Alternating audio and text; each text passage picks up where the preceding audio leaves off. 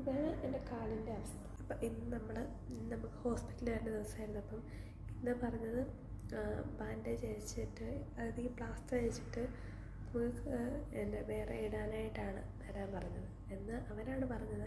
കുഞ്ഞ അവൻ പറഞ്ഞു ഇന്ന് വന്ന് പ്ലാസ്റ്ററൊക്കെ അഴിച്ച് കഴിഞ്ഞാൽ കൈ അനക്കാൻ പറ്റും എന്ന് പറഞ്ഞു. അപ്പം ഞാൻ ഒത്തിരി ദിവസമായല്ലോ കൈ അനക്കിയിട്ട്, അപ്പം അത് അഴിച്ച് കൈ അനക്കാലോ എന്ന സന്തോഷത്തിൽ നിന്ന് ഞാൻ ഇവിടെ വന്നു കഴിഞ്ഞപ്പോഴത്തേനും കാലിന് നീര് കുറയുന്നില്ല എന്നിട്ട് എക്സ്റേ എടുത്തപ്പോഴത്തേനും കാലിന് ചെറിയൊരു പൊട്ടൽ, പിന്നെ ഇൻഫെക്ഷൻ കൂടിയായി.